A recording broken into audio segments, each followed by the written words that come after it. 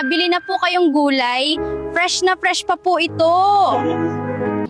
Naku, Jenny, totoo ba na iniwan na kayo ng tatay mo? Naku, kawawa naman kayo ng kapatid mo. Naku, Aling Mirna, saan niyo po nakuha ang balitang yan?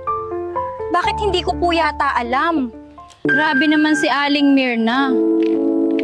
Saan niya nakukuha ang mga sinasabi niya sa akin? Aling Lusing, bili na po kayo ng mga paninda kong gulay. Fresh na fresh pa po ito. Sige, kukuha ako ng ilang kamatis. Jenny, may tanong ako. Totoo ba na iniwan na kayo ng tatay mo at sumama na sa ibang babae? Pati ba naman din kayo, Aling Lusing? Tamang hinala din. Ate, bakit ka malungkot? May problema ba? Wala ito, Jasmine. Hindi ko lang kasi maiwasang itanggi na iniwan na talaga tayo ni tatay. Tay, hindi ka na po ba babalik sa amin ni ate? Bakit niyo po kasi kaming kailangang iwanan pa? Naku, Jasmine, ayoko na sa inyo dahil iniwan na din ako ng nanay nyo at responsibilidad niya kayo.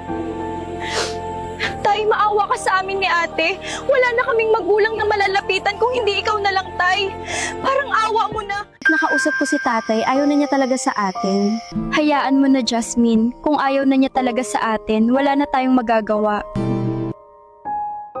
Ate Jenny, kung gusto mo hindi na muna ako mag-aaral para matulungan kita makapaghanap buhay. Naku, Jasmine, hindi pwede.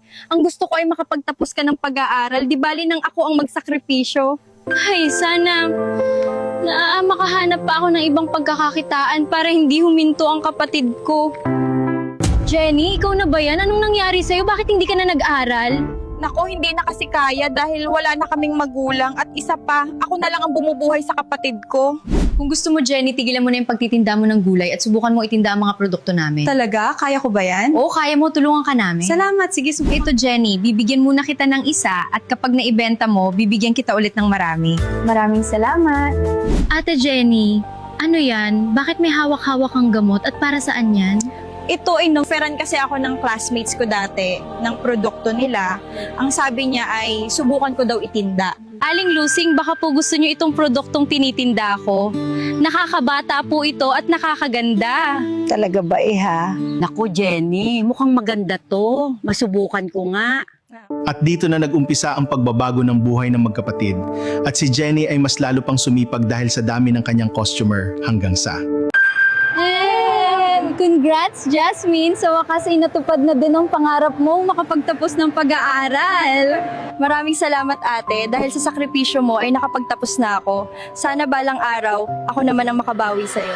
Wow! Congrats, anak! Nakapagtapos ka na ng pag-aaral, manang-mana ka talaga sa akin. Balita ko, Jenny, ay marami ka ng pera ngayon, ha? Baka naman pautangin mo muna ako. Total, tatay mo naman din ako.